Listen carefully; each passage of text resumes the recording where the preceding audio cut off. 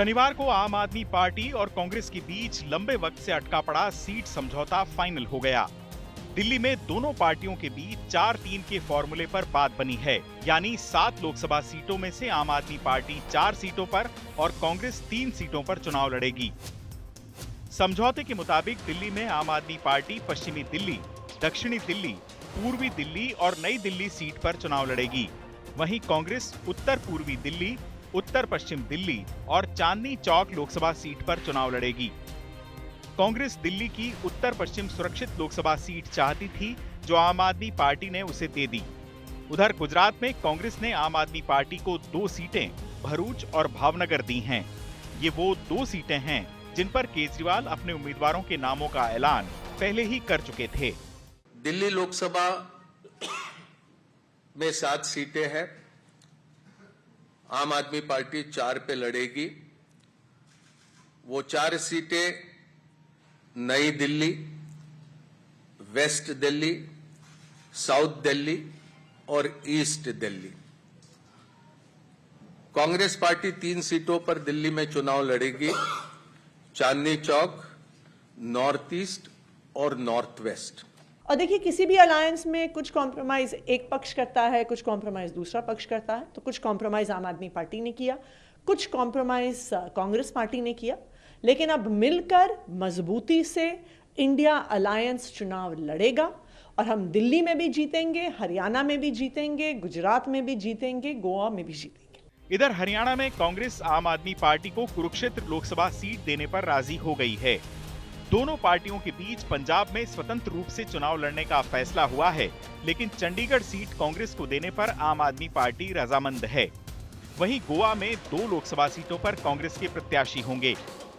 गुजरात की भरूच सीट को अहमद पटेल के परिवार ने नाक का सवाल बना लिया था। अहमद पटेल की बेटी मुमताज पटेल ने कहा था कि जब से ये जानकारी लगी कि कांग्रेस आलाकमान ये सीट आम आदमी पार्टी को दे रहा है, तो लोगों को निराशा और दुख हुआ। उन्होंने दावा किया कि परंपरागत रूप से ये सीट कांग्रेस की है और आम आदमी पार्टी के पास इस सीट पर कैडर नहीं है। अब भरूच सीट के आम आदमी पार्टी के खाते में चले जाने के बाद मुमताज पटेल ने सोशल मीडिया पर अपने समर्थकों से माफी मांगी है। उन्होंने लिखा कि भरूच लोकसभा सीट नहीं बचा पाने के लिए हमारे जिला कैडर से गहराई से माफी मांगती हूँ। मैं आपकी निराशा साझा करती हूँ। हम सब मिलकर कांग्रेस को मजबूत बनाने के लिए फिर से एकजुट होंगे।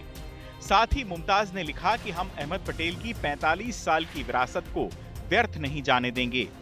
मुमताज पटेल का ये कहना उनके अगले राजनीतिक कदम की ओर संकेत करता है। ये देखना दिलचस्प होगा कि भरूच सीट आम आदमी पार्टी को दिए जाने पर वो क्या करती हैं। उधर कांग्रेस के इस फैसले पर अहमद पटेल के बेटे फैजल अहमद पटेल ने भी नाराजगी जाहिर की। उन्होंने कहा कि वो और उनकी पार्टी के कार्यकर्ता खुश नहीं हैं। उन्होंने कहा कि वो पार्टी हाईकमान से बात करेंगे। अभी नामांकन दाखिल करने और चुनाव में काफी समय है। उन्होंने कहा कि उनका विश्वास है कि राहुल गांधी पटेल परिवार की भावनाओं को समझेंगे।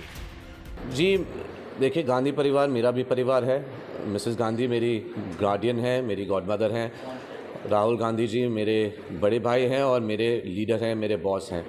मुझे उन पे पूरी उम्मीद है कि वो हमारी जो फैमिली, पटेल फैमिली की जो इमोशंस है इस सीट के साथ, वो ज़रूर समझेंगे और ये डिसीजन वापस समझ के ही वापस आगे बात बढ़ेगी।